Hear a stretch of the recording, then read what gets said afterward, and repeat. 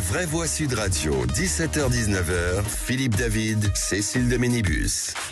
Chers amis, on vous souhaite la bienvenue. Vous avez bien fait de choisir les vraies voix, comme chaque jour avec notre Philippe David. Ça va, mon Philippe David, bonjour. Ça va très bien, bonjour Cécile. Je vais subir mes 2 heures de brimade quotidienne entre 17h et 19h. C'est pas vous en plus la pire, c'est souvent Philippe Bilger qui tient des propos. C'est une femme maintenant. Quelqu'un qui a appelé mon Philippe David ne se plaint pas. Ça se discute. Ah non. Moi j'adorerais ça. Oh bah. Oui, mon Philippe Bilger. Ça démarre bien. Au bon accueil, bonjour. Bonjour, ouais. Voilà, non, c'est très ça. heureux de vous retrouver ainsi que toutes les vraies voix. Oui. Évidemment. Eh bien, et ce numéro de téléphone, comme tous les jours, 0826 300 300, que vous pouvez, dont vous pouvez abuser, bien entendu. Et Aude vous répond au standard. Allez, le sommaire de cette émission, le grand débat du jour à 17h30. 5264 enseignants réclamaient une protection suite à des menaces ou agressions l'année dernière. Une hausse de 29% sur un an. Quasiment la moitié de ces demandes de protection fonctionnelle sont provoquées par l'attitude des parents et celle des élèves, bien sûr, mais pour un peu moins du quart des cas. Alors parlons vrai, cela explique-t-il la crise des vocations pour devenir enseignant? L'État soutient-il suffisamment ses enseignants? Et à cette question, enseignant est-il devenu un métier à risque? Vous dites oui à 87%. Vous êtes enseignant, vous êtes parent d'élèves ou vous avez été enseignant et vous avez vu la situation se dégrader. Aude attend vos appels au 0826 300 300. Et le coup de projecteur des vraies voix à 18h30 après les panneaux de ville retournés, les panneaux de ville inversés. Les jeunes agriculteurs repartent à l'offensive un peu partout en France. Des manifestations prévues par exemple demain dans la Haute-Garonne. Ils estiment que leur situation continue de s'aggraver malgré les promesses de l'hiver dernier. Alors parlons vrai, a-t-on mis la poussière sous le tapis après la crise de l'hiver dernier? Pensez-vous que les agriculteurs vont redescendre dans les rues et les ronds-points? Face à l'Europe, peut-on résoudre la crise agricole en France? Vous dites non à 73%. Vous êtes agriculteur, vous vivez ce mal-être des agriculteurs et ses difficultés. Aude, encore elle, attend vos appels au 0826 300 300. J'aime bien comme vous dites, encore elle. Oui, parce qu'il n'y a pas de changement à la mi-temps, c'est pas comme au foot. Et notre invité Jean-François Lamassé sera avec nous, administrateur de l'AGPB, qui est l'Association Générale des Producteurs de Blé Français et ancien président de la FDSEA 31. Vous souhaite la bienvenue, c'est les vraies voix jusqu'à 19h. Les vraies voix Sud Radio. Avec mon Philippe Bilger. Ça me fait plaisir. Bah oui, mais moi aussi ça me fait plaisir de vous avoir au quotidien. J'aimerais volontiers être un homme-objet dans votre vie.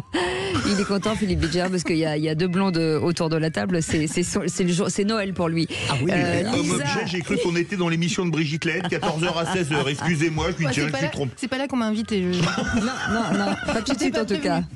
Lisa Kamenir-Sig est avec nous, enseignante et chroniqueuse, auteure du livre La Grande Garderie, c'est un petit peu les vraies voix, publié chez Albin Michel. Bienvenue, on est ravis de vous accueillir. Je suis ravie d'être là. Tom Conan est avec nous, artiste, pourquoi non, mais essayiste. Si, l'artiste Oui, et essayiste. Moi je fais ce que vous voulez, Ouais. ce qu'on me demande. Ça me fait plaisir. Pouvez-nous faire un café au lait, s'il vous plaît? C'est sympa. Et comment se porte ce livre? Capital Rose, ça se porte assez bien, grâce notamment à Sud Radio, puisque Ouais. j'ai pu en parler plusieurs fois, notamment chez Brigitte Lahaie, puis notamment D'accord. ici. Ah bon? Donc, Super non, mais parce qu'on en parlait tout à l'heure. C'est vrai que voilà. Donc, Tout le monde ne peut pas être Brigitte Lahaie, je vous le dis tout de suite. Il Il y en n'y a a qu'une. pas qu'un seul début de chapitre qui attire le lecteur. Il y a tous les chapitres qui pourraient Bravo t'attirer. Tom, je vous félicite. En fait, le chapitre dont on a parlé a permis d'aller acheter ce livre. Mais- Ils ont découvert que c'était finalement un véritable auteur. Des C'est ça qui est curiosités parfaitement désintéressées. Oui. J'imagine. Mon Dieu. Pour Dès- l'amour de la littérature. Dès qu'il y a un bout de kiki, Philippe Bilger est au taquet. Aïe, aïe, aïe. C'est mon Philippe David qui est comme ça. Je vous en prie, mais ne faites pas une réputation qui n'est pas méritée. Allez, on y va. 0826 300 300. Notre auditeur du jour s'appelle Nicolas. Il nous appelle de Bordeaux. Bonsoir Nicolas. Bonsoir Nicolas. Oui, bonsoir. On est ravis de vous accueillir. Nicolas, pourquoi la France n'arrive pas à faire faire son budget? Non, ben ça c'est une grande malédiction qui nous arrive depuis Ah oui. 40 ans. Notre budget est en déficit. Alors, 50, 1974. Ah oui. Bon, ben alors si c'est 50, c'est encore pire. L'accélération est phénoménale ces derniers temps. Là, le quoi qu'il en coûte, on commence à voir ce que ça donne. Ça fait quand même 2 fois où ils n'arrivent pas à faire un budget au gouvernement. La dernière fois, c'était avec le 49.3. Là, ils n'arrivent pas à faire sans augmenter encore des impôts alors qu'on les a plus haut du monde. Je veux dire, on a un État qui est ruiné.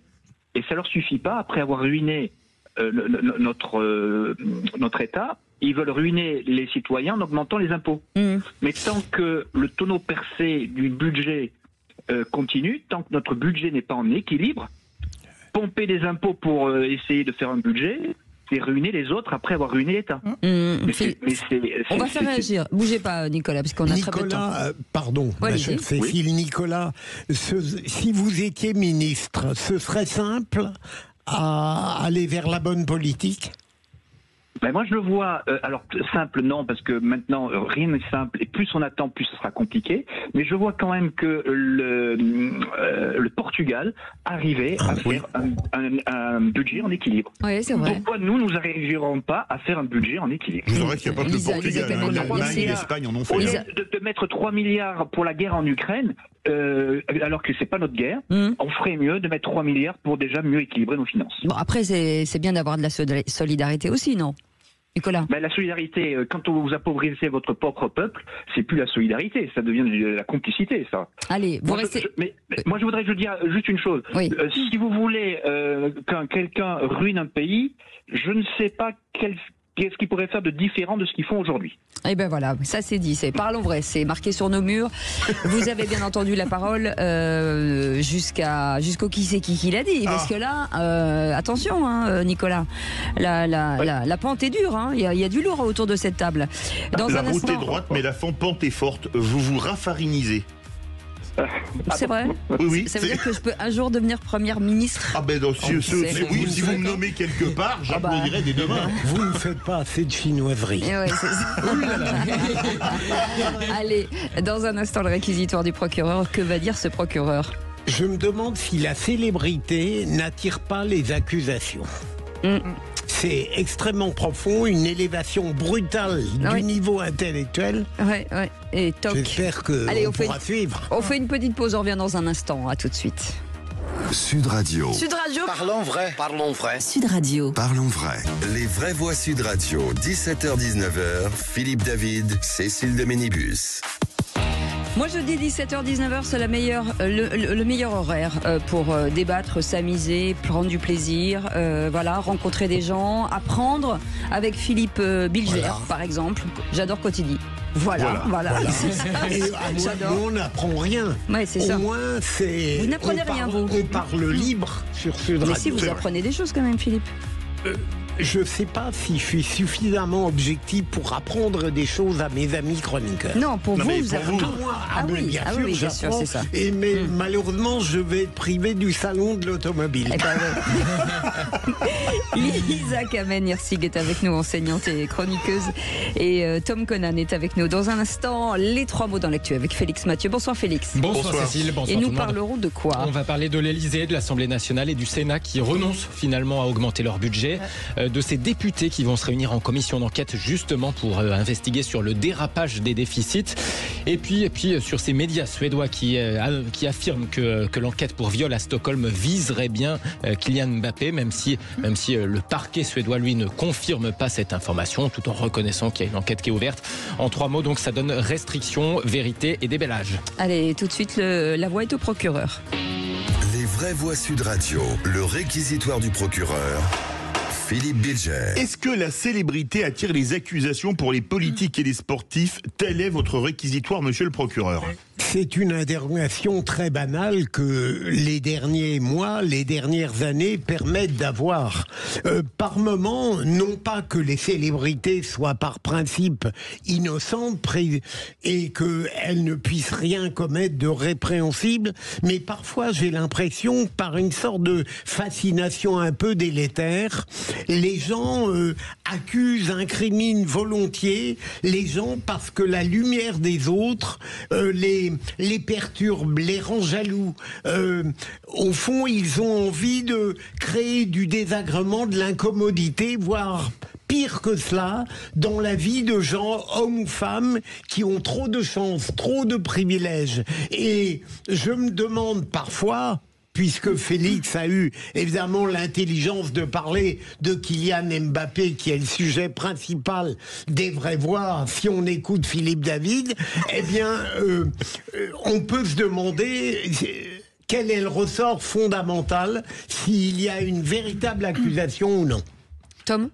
Je pense pas qu'il y ait un déséquilibre à ce point-là, mais en revanche, c'est vrai que oui, je pense que dans l'inconscient collectif, le fait d'avoir des privilèges, d'avoir beaucoup d'argent ou d'avoir, je sais pas, d'avoir une entreprise extrêmement puissante ou même d'avoir des pouvoirs, tout simplement, comme un homme politique a des pouvoirs, par définition, des prérogatives. Il a même une action sur les corps, comme aurait dit Michel Foucault. Donc effectivement, ça les condamne d'une certaine façon. Pellico l'a dit aussi. Hein. Ouais, mais peut-être. Pardon ? Gabriel Pellico l'a dit aussi, il avait une action. Pellico, le ministre. J'avais pas compris ça. Mais donc voilà, c'est effectivement ça condamne à une forme d'exemplarité, c'est probable, en effet. Lisa. C'est biblique, hein. Il y a ça dans la Bible, dans le livre de Job, par exemple, quand il lui arrive que des malheurs, tous ses amis, soi-disant amis, se réjouissent de ce qui lui arrive, personne ne le soutient, tout le monde lui explique que en gros, il a eu trop de chance jusque-là et qu'il va bien falloir qu'il paye un jour et que ce que Dieu lui envoie, ça n'est que justice. Alors c'est étonnant. Je dirais que c'est au cœur de l'homme, ça. C'est étonnant votre point de vue parce que moi j'aurais dit que c'est juste pour l'argent en fait. Non, mais je peux... Quand quelqu'un incrimine quelqu'un d'autre, en l'occurrence dans ces il se peut aussi que ce soit pour des raisons financières. Cette raison. Voilà. Mais ce que dit Lisa est très intéressant parce que je me suis rendu compte la vie. Non, mais pas du tout, Cécile. Que dans la vie, le véritable équilibre existe chez les gens qui se réjouissent sincèrement du bonheur des autres. Par ailleurs, quand on réussit, on est souvent obligé de changer de cercle d'amis. Moi, j'ai plein d'exemples autour de moi de gens qui, comme moi, d'ailleurs, qui parfois n'étaient que entre guillemets maîtresse d'école ou que je sais pas quoi, boulanger. Et puis un jour, ils écrivent un bouquin et ça marche. Et du jour au lendemain, vos amis deviennent non pas vos ennemis, mais très envieux.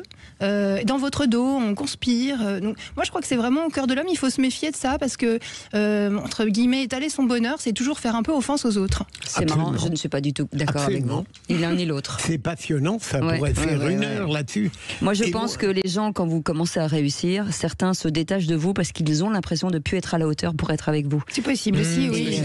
Et je vous le dis parce que je l'ai vécu, donc voilà, c'est aussi une possibilité. Vous êtes senti pas à la hauteur de gens qui avaient réussi? Certaines personnes se disaient que maintenant que j'ai réussi, ils ne voulaient pas me déranger de trucs, donc ils s'éloignaient, ils répondaient pas au téléphone. Parce que nous, on est resté très simple avec vous. Absolument, mais parce que je suis simple. Allez, tout de suite, les 3 mots dans l'actu avec Félix Mathieu. Les vraies voix Sud Radio. 3 mots dans l'actu, Félix, qui sont restrictions, vérité et déballage. L'Élysée, l'Assemblée nationale et le Sénat renoncent à augmenter leur budget. Ça faisait mauvais genre en période de restriction. Justement, les députés lancent une commission d'enquête pour savoir comment les déficits ont pu filer autant ces derniers mois. Michel Barnier dit espérer la vérité. Et puis, il y a bien une plainte pour viol à Stockholm. La justice suédoise ne nomme pas Kylian Mbappé, contrairement à des médias sur place. En tout cas, le footballeur affrontait aujourd'hui son ancien club sur un dossier de gros sous, laissant entendre au passage qu'il pourrait y avoir eu complot contre lui. Les vraies voix Sud Radio. L'Élysée, le Palais Bourbon et le Palais du Luxembourg ont donc finalement renoncé à entonner ce refrain pour 2025. Ma question préférée, qu'est-ce que je vais faire de tout cet oseille? Je vais faire de tout cet oseille. Je vais faire de tout cet oseille. Dans un projet de budget de l'État marqué par la chasse aux 60 milliards pour l'année prochaine, c'est le détail qui n'avait pas échappé à tout le monde. L'enveloppe de la présidence de la République, de l'Assemblée nationale et du Sénat était censée, elle, augmenter. Alors ça faisait un peu tâche quand tous les autres étaient censés se serrer la ceinture. Alors que par exemple, même Didier Migaud, le comptable du ministère de la Justice, s'inquiétait de l'ampleur du coup de rabot dans les tribunaux. Elle est où? La République exemplaire avait lancé Valérie Pécresse sur les réseaux sociaux, la présidente LR de la région Île-de-France. Finalement, marche arrière, donc, dans un communiqué conjoint tout à l'heure, les présidences du Sénat, de l'Assemblée indiquent que des amendements vont supprimer l'augmentation de la dotation de l'État aux assemblées. Communiqué similaire de l'Élysée, je cite, le gouvernement a annoncé de nombreuses économies. Le chef de l'État souhaite que la présidence de la République donne l'exemple ou le poids des symboles dans la gestion des deniers publics. Mes deux questions préférées, qu'est-ce que je vais faire de tous ces deniers? Philippe Bilger. Est-ce que c'est de la com ou est-ce que c'est un rétropédalage? Si c'est un symbole, on aurait pu s'en rendre compte tout de suite. Et ensuite, je trouve tout de même très dangereuse une démocratie. Moi, ça ne me scandalise pas qu'on ait réduit, qu'on ait remis les budgets au même niveau. Mais imaginons que les budgets auraient dû être augmentés. Est-ce que par frilosité, par peur de l'opinion, on les aurait annulés? Mais est-ce que vous ne croyez pas que la politique, c'est avant tout des symboles et que en période de restriction, les élites doivent aussi faire des efforts, Tom Conan. Oui, ça me semble absolument indispensable parce que l'effort il est quand même sans précédent. Il faut quand même se rendre compte qu'évidemment, même si les augmentations d'impôts vont sans doute se concentrer sur les hauts revenus, les baisses de dépenses, elles, vont toucher tout le monde. Ça a été dit plein de fois, mais notamment les personnes les plus pauvres, ça, faut y penser. Lisa ? En plus, je crois que c'était justifié par l'inflation. Enfin, le budget supplémentaire pour l'Élysée, c'était l'inflation. Alors, pardon, mais l'inflation touche tout le monde. En l'occurrence, on ne donne pas plus d'argent aux gens comme moi juste parce qu'il y a de l'inflation. Donc, je vois pas pourquoi, du jour au lendemain, moi, je paierais l'inflation pour l'Élysée. Oui, ça se. Moi, je suis entièrement d'accord. L'exemple doit venir d'en haut, malheureusement, c'est pas souvent le cas en France. Allez, le deuxième mot, vérité. Une commission d'enquête va investiguer sur l'origine des déficits beaucoup plus élevés que prévu. Oui, la conférence des présidents de l'Assemblée nationale a donné son feu vert à cette commission d'enquête sur les déficits publics. Objectif, comprendre comment on est passé de 4,5% à finalement 6% de déficit en quelques mois, avec derrière aussi cette question. Bruno Le Maire, par exemple, aurait-il eu tendance à ne pas trop prendre en compte les avertissements des services de son ministère à Bercy quand il était à l'économie. En tout cas, tout à l'heure, le Premier ministre Michel Barnier vient de se satisfaire à l'Assemblée de la création de cette commission. Ce qui est vrai, M. Ciotti, c'est qu'on a mal maîtrisé la sortie de crise. Et la réalité est aujourd'hui celle-là. D'ailleurs, vous avez proposé récemment une commission d'enquête qui devra déterminer les chiffres, les faits, la vérité, la dire aux Français. Mais moi, aussi longtemps que je serai à ce banc, comme le Premier ministre, le chef d'équipe d'un gouvernement, je m'en tiendrai aux faits, aux chiffres, et je dirai la vérité. Toute la vérité, rien que la vérité. Michel Barnier, tout à l'heure à l'Assemblée nationale. Comment expliquer un tel écart ? Des dizaines et de dizaines de milliards. C'est de l'incompétence ou on voulait camoufler les choses au moment de la dissolution ? Je dirais plutôt que, même si j'ai des spécialistes face à moi, que Bruno Le Maire n'a peut-être pas dit toute la vérité là-dessus, parce que il a une certaine conscience de lui-même, Bruno Le Maire, et je pense que ça aurait fait mauvais effet. Lisa Kamenersi ? Oui, en l'occurrence, moi, je plaide vraiment pour la mauvaise foi. Je vois pas comment ils peuvent ignorer ce genre de choses. Par ailleurs, il y a des gens qui disent, au Sénat notamment, qu'ils les ont alertés sur le dérapage.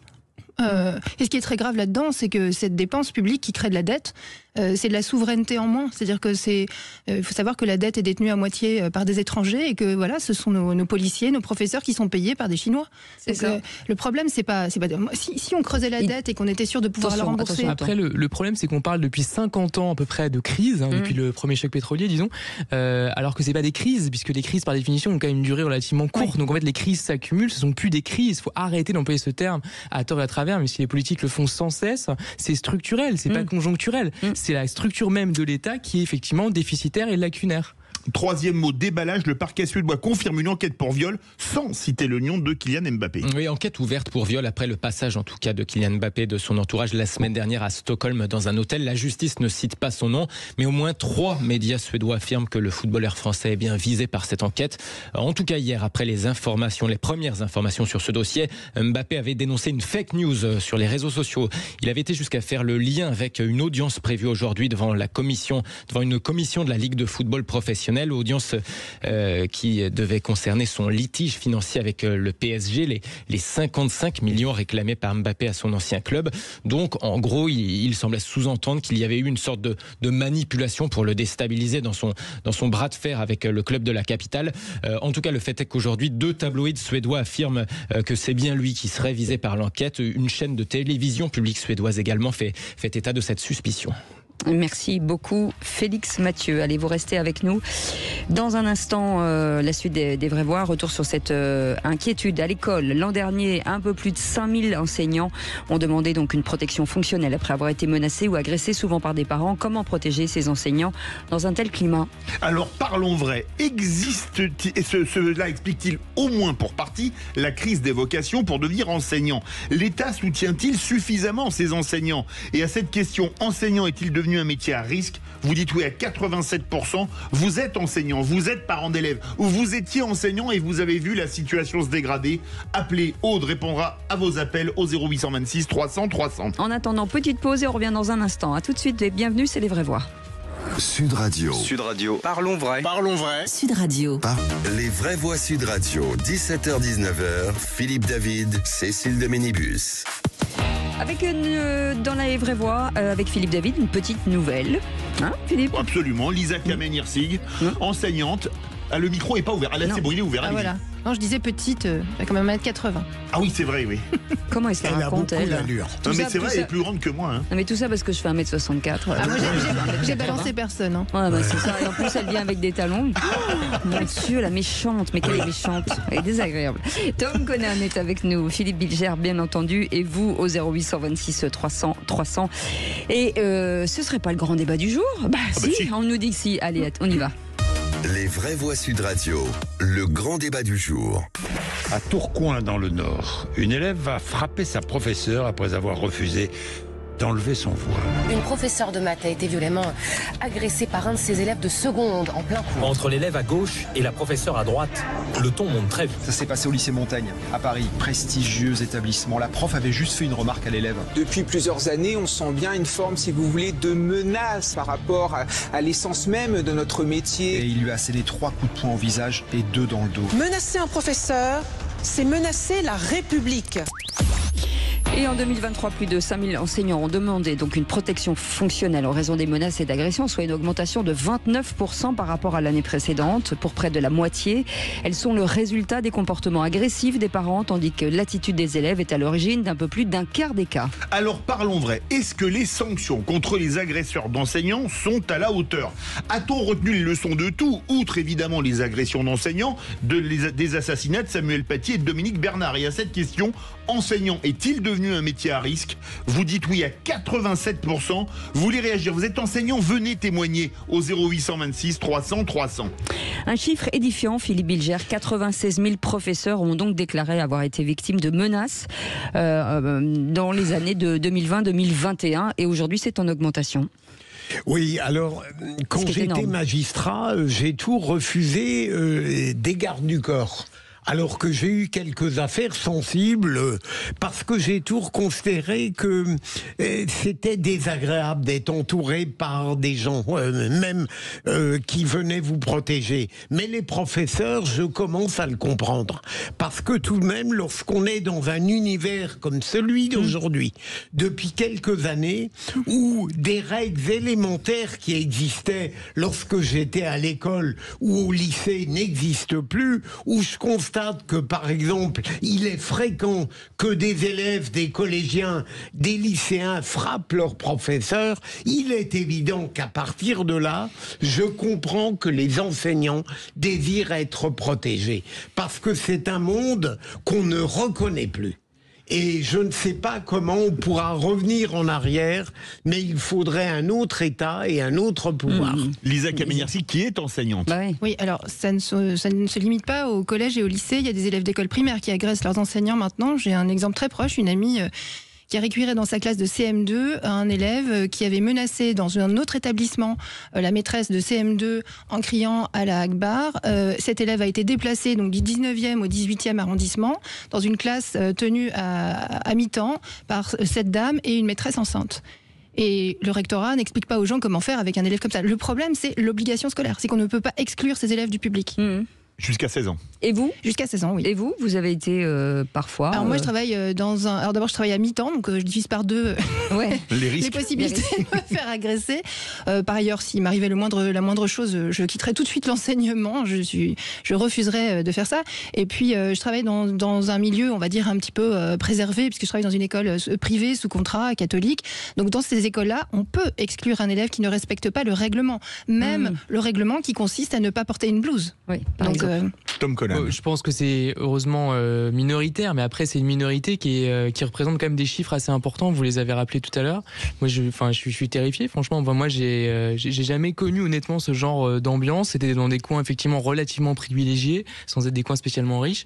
Donc ça arrive pas partout heureusement, et des profs continuent à faire leur boulot normalement. Mais c'est vrai qu'il y a déjà des années, j'entretenais souvent. Parfois, je revenais voir les profs parce que moi, j'étais un peu pas lèche-cul comme on dit parfois, mais j'aimais bien les profs. Fayot, pardon. Et j'allais les voir, vous savez, quelques années après, genre au lycée, des profs de collège, etc.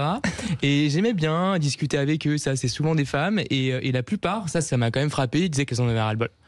elles n'en pouvaient plus, elles étaient encore largement dans la vie active, à 50 ans, 55 ans, elles n'en pouvaient plus, pour différentes raisons, pas uniquement pour des raisons de sécurité, la lassitude, l'administration, les règles qui changent sans arrêt, enfin, c'est un métier qui est très compliqué, qui est à la fois totalement essentiel et de plus en plus compliqué à exercer, à mon avis. Mais ce qui est fou, Philippe, dans ce qu'on entend, c'est surtout la violence, l'agressivité des parents. Parce que là, c'est souvent les parents. Tout ça est lié à la fois je me rappelle une époque, pardon de tomber dans une nostalgie réactionnaire, mais je me rappelle une époque où, quand j'assistais les rares fois à des conseils de classe, vous savez, ces réunions avec les professeurs, jamais de la vie je n'aurais ouvert la bouche pour critiquer un professeur. Et j'ai vu le changement peu à peu. Et puis bien sûr, les élèves, même les tout petits, qui frappent les professeurs, c'est hallucinant. Je me demande si ça n'est pas le symptôme le plus tragique.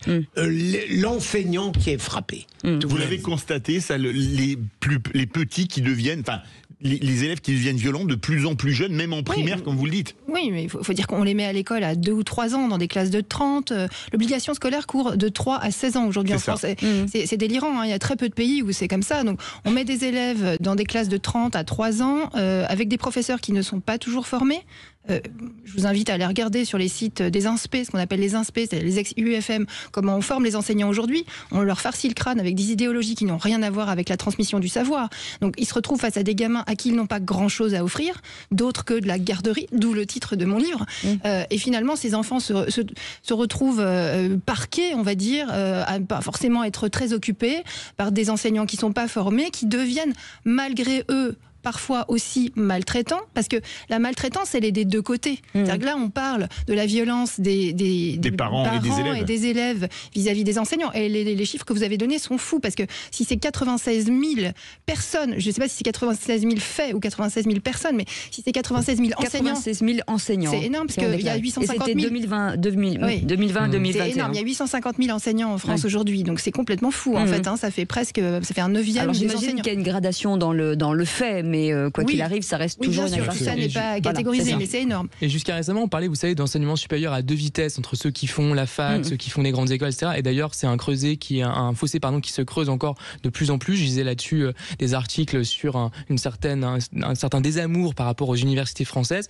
Et ce qui est fou, c'est qu'aujourd'hui, cet enseignement à 2 vitesses, c'est également le cas pour le secondaire. Alors qu'avant, il y avait quand même une certaine forme d'égalité. J'ai l'impression, moi j'ai toujours été dans l'école publique et j'avais pas la sensation, franchement, qu'on était désavantagé par rapport à ceux qui étaient dans l'école privée. Aujourd'hui, je pense que pour le secondaire, ça a beaucoup changé. Allez, 0826, pardon, vous vouliez réagir? Non, je disais, on parle beaucoup du droit de retrait des enseignants, et moi je dis aussi, quid du droit de retrait des élèves? Parce qu'il y a aussi, vis-à-vis des élèves, une certaine violence entre élèves, des enseignants envers les élèves, parfois des parents envers les autres élèves. C'est fou. Et la fuite des élèves vers les écoles privées est en grande partie liée à ça. Aujourd'hui, les raisons confessionnelles d'aller dans le privé sont minoritaires. C'est plutôt l'ordre public qui n'est même pas respecté à l'intérieur d'une des écoles. Et on ne parle pas du harcèlement scolaire, j'en passe des meilleurs. Allez, 0826 300 300 avec Nicolas. Vous vouliez réagir, Nicolas? Oui, je vous remercie. Moi, je partage tout à fait ce constat de cette perte d'autorité qu'il y a dans les écoles. Et donc, aller les chercher à l'extérieur alors qu'on l'a perdue et qu'elle existait avant, je pense que c'est d'abord ce qu'il faut rétablir, à la fois autorité et exigence sur le plan éducatif. Je pense que ce serait déjà une bonne voie. Et moi, je vois que ceux qui nous dirigent font juste l'inverse. C'est-à-dire, on rend plus compliqué là où il y a encore un peu d'exigence et d'autorité, c'est-à-dire l'école privée. Et on vient d'interdire, contre la Charte des droits de l'homme, l'école à domicile, ce qui est quand même contre les droits de l'homme, le pays des droits de l'homme. Moi, je suis effaré de la violence de ceux qui nous gouvernent, d'imposer un modèle d'éducation qui montre sa défaillance totale. Et donc tout ce qu'il vient de dire est vraiment dramatique. Or, on voit que le manque d'exigence conduit au déclassement scolaire et tous les classements internationaux le prouvent.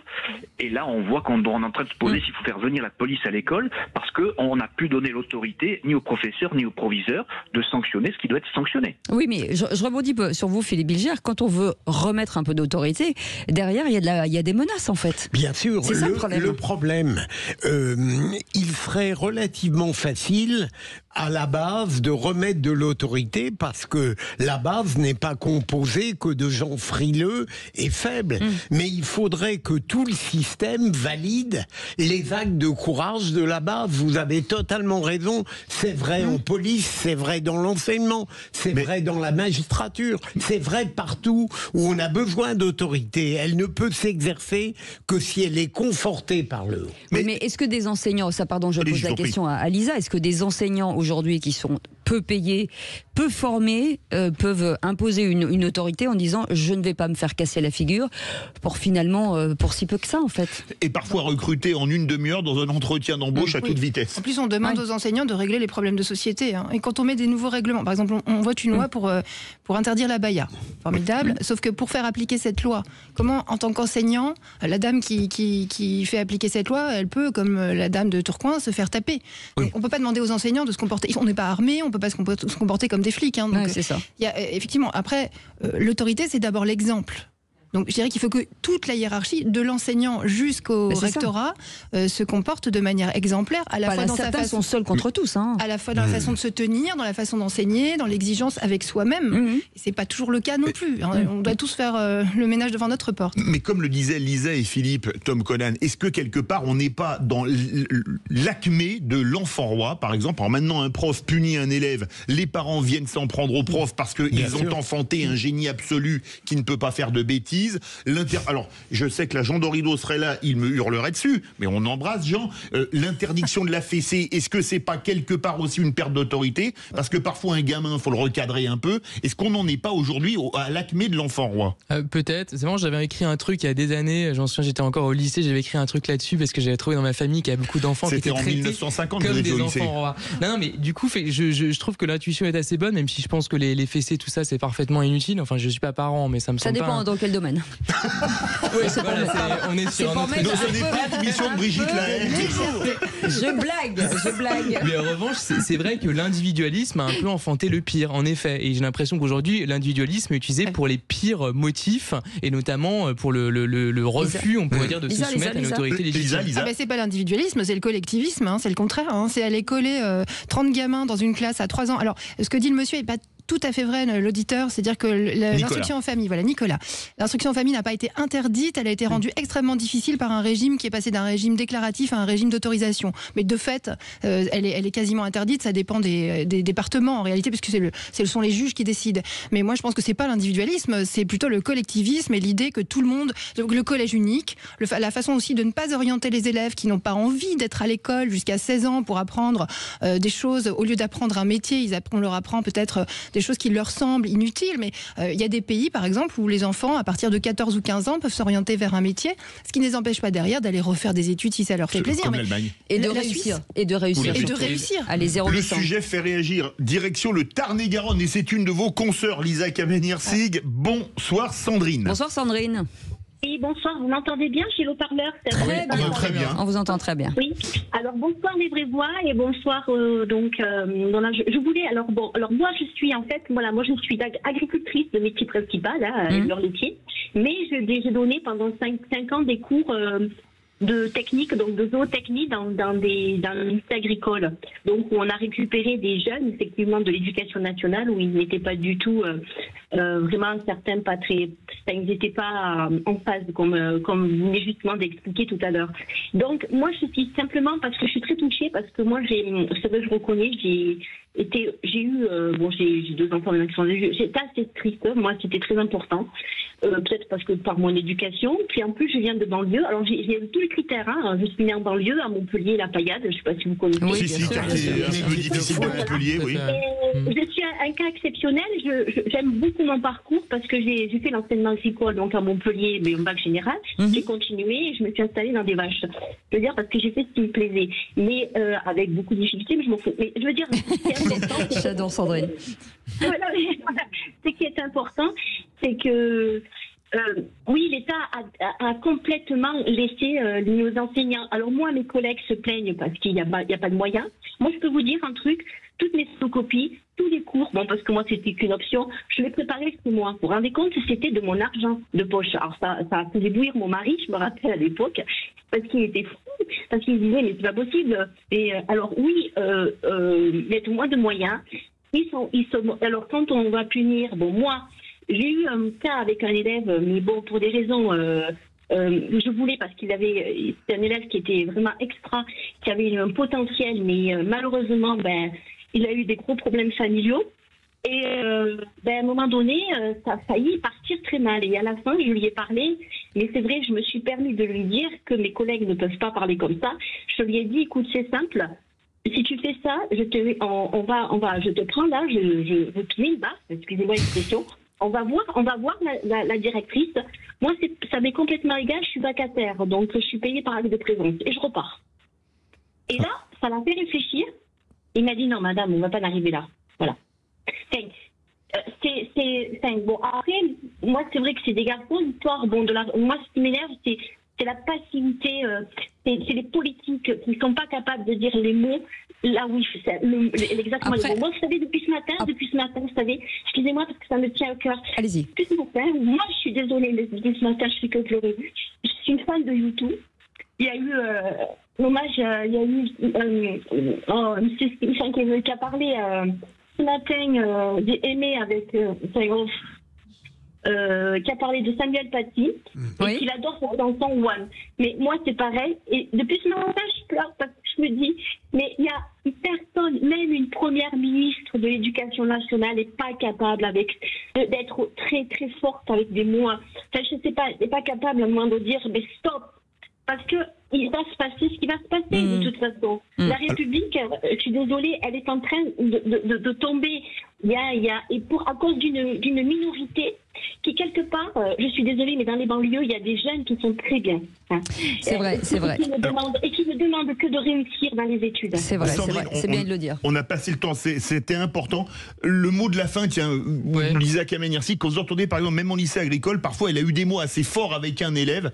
Est-ce que parfois, ça remet pas les choses au clair ? Si, bien sûr, il faut avoir du courage parfois, prendre, les enfants entre quatre yeux et leur expliquer. Mais enfin, il y a un moment où la violence est telle qu'on ne peut plus le faire. Ça, clair aussi. Quand on se retrouve face à quelqu'un qui est armé, on ne peut pas lui parler. Hein. Ça, c'est évident. Oui. Après, il y a des la conciliation qui sont compliquées aussi, il faut le dire. Merci beaucoup. Merci Sandrine. Sandrine pour votre témoignage. Nicolas, vous restez avec nous puisque dans un instant... c'est la cour de récré. C'est ça. Et ils sont très mal éduqués. Et moi, j'ai une question. Qui c'est qui va gagner, hein? On saura dans un instant. Qui va tricher? Sud Radio, c'est vous qui donnez le ton. Je vous remercie d'abord de permettre à des tas de gens de s'exprimer et de leur laisser surtout le temps de développer leur discours. Sud Radio, parlons vrai. Les vraies voix Sud Radio, 17h-19h, Philippe David, Cécile de Ménibus. Les vraies voix tous les jours de 17h à 19h avec Philippe David, bien entendu. Aujourd'hui, Lisa Kamen-Hirsi avec nous, Tom Conan, Philippe Bilger et notre auditeur du jour qu'on aime beaucoup, c'est Nicolas. Ça va, Nicolas? Ça va? Oui, très bien, merci. Nicolas, la tradition, il faut que vous lanciez le jingle. Alors, écouter les autres, c'est encore la meilleure façon d'entendre ce qu'ils disent. Les vraies voix Sud Radio, le quiz de l'actu. On fera un best-of un jour de tout ce que c'est lancement de jingle. Attention, qui l'a dit? C'est 2 points pour vous, peut-être, Nicolas, vous répondez en premier. Quand Marine Le Pen tousse, tout le gouvernement s'enrhume. Mélenchon. Non. Tondelier. Non. Olivier Faure. Bonne réponse de Philippe Bilger qui marque 2 points. Qui c'est qui l'a dit, Nicolas? Toujours à 2 points sur une nouvelle loi immigration. Nous sommes en immigration subie. Nicolas. Oh punaise. Punaise. Non, c'est une femme. C'est une femme. Marion. Non. Une ministre? Non. Non. C'est pas Marine Le Pen, c'est pas Marion. C'est une présidente. Une présidente. Présidente de région Pécresse. Bonne réponse de Lisa Kamen-Hirsig qui marque ses 2 premiers points de ma vie. Pécresse. Question. Mais exactement. Question qui c'est qui l'a dit 2 points. Tous les peuples d'Europe demandent à leurs gouvernants de reprendre le contrôle. J'essaye de mener une politique qui en France est très majoritaire. Nicolas notre Premier ministre Barnier. Non, Retailleau. Bonne réponse de Lisa Kamen-Hirsig qui Retailleau, il est pour moi. Vous avez des privilèges? Oui, absolument. J'étais pas au courant. À l'ancienneté. Qui c'est qui l'a dit à 3 points? Attention, celui-là. Après 7 ans de diminution d'impôts et taxes sous Emmanuel Macron, les voir monter avec un Premier ministre de droite, ça me pose un vrai problème. Nicolas. Attendez, Nicolas.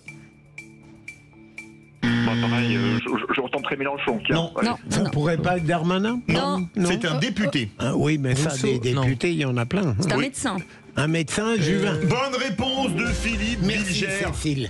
Bon, c'était logique, il s'appelle Philippe Juvin, donc Philippe Bilger répond bien. Philippe David. De boire du Juvin. Philippe David. Ah non, ça c'est moi qui viens de le faire, c'est vous la suivante. Ah bon, d'accord, vous avez des preuves? Ok, très bien.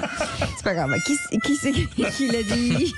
3 points. Merci Maxime de prendre le Bref, on s'en fout. Qui c'est qui l'a dit?